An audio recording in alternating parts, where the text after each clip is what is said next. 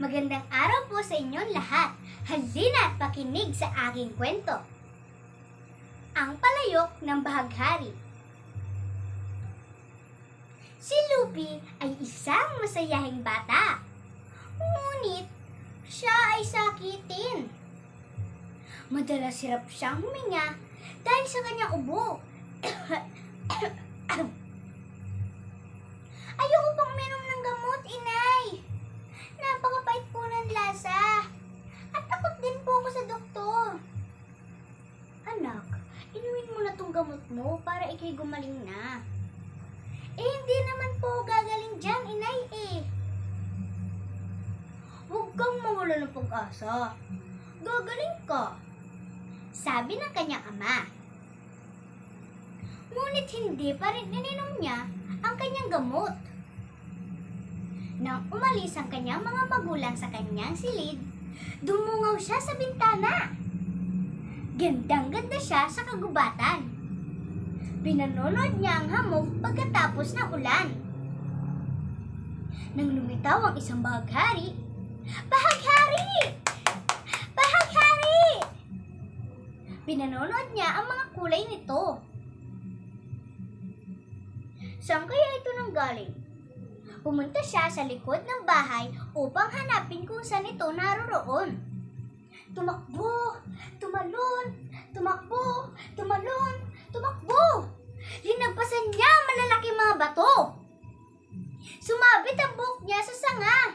Kaya naman, hinawi niya ang mga baging.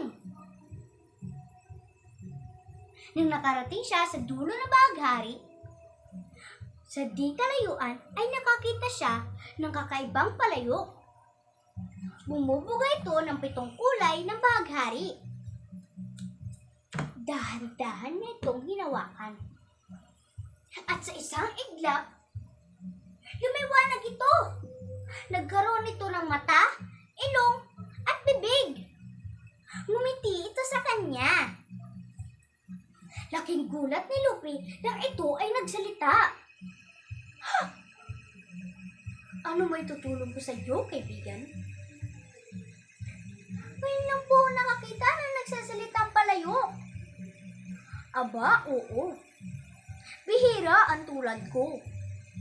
Parang hinahanap mo yata ako. Sinundan ko po ang bahaghari at nakita ko po kayo. Napakapalad mo at natagpuan mo ko. Bawat kulay ng bahaghari ay merong kapangyarihan. Pula, katapangan. Kahel, kasiglahan. Dilaw, kasiyahan. Berde, gamot sa mga sakit. Ang ibang mga kulay ay meron ding kapangyarihan. Dahil napakatyaga mong bata, bibigyan kita ng isang gantimpala.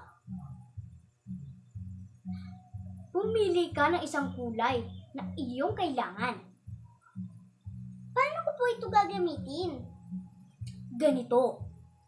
Habang hawak mo ko, banggitin mo ng 3 beses ang kulay na iyong kailangan. Sige po, salamat po. At dahan-dahan niya itong inuwi sa kanyang bahay. Pagka-uwi niya, linagay niya ito sa kabinet. Baka mahulog ito rito.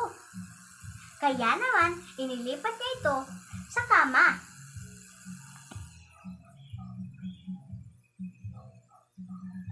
Baka tirhan naman ito ng daga. Kaya naman, dahan-dahan niya itong binuhat at naghanap ng mapagtataguan. Sa kusina ay nakahanap siya ng baul. Dito ko na lang ito ilalagay.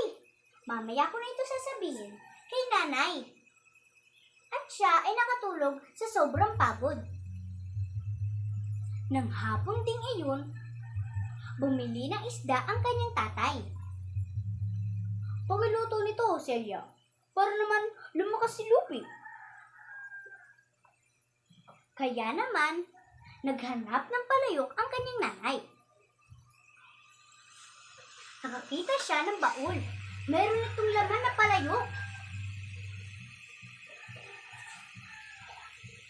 Parang kakaiba ang palayok na ito, Raul. Ngayon ko lang ito nakita. Baka yan ang luha nating palayok. Gamitin mo na. Kaya naman, inilagay niya ito sa lababo. Ngunit, sa sobrang pagod, nahulog ang palayok! Blam! Nabasag ito at nadurog. Kumalat sa paligid ang mga kulay na kaagad ding naglaho. Nagising si Lupi sa ingay na kanyang narinig. Dali-dali siya pumunta rito. Ano pong nangyari?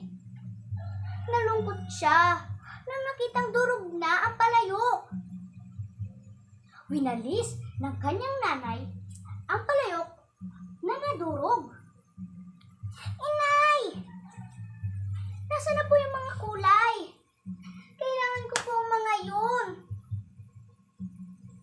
Anak, ano ba kasing mayroon doon sa palayok na iyon? Inay, mahiwaga po ang palayok na iyon. Gagaling na po sana ako dun eh. Mabilis siyang pumunta sa kwarto at nagkulong.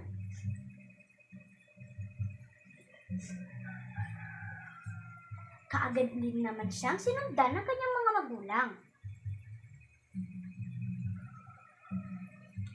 Anak, pasensya ka na. Hindi namin alam na mahiwaga pala ang palayok. Ngunit, hindi mo kailangan ng kapangyarihan upang gumaling. Tama, anak. Narito kami para sa'yo. Kaya ka naming alagaan at bantayan. Ikaw ang aming kasiyahan. Kaya, huwag ka na malungkot. Hindi ka namin iiwan. Talaga po? Oo naman, anak.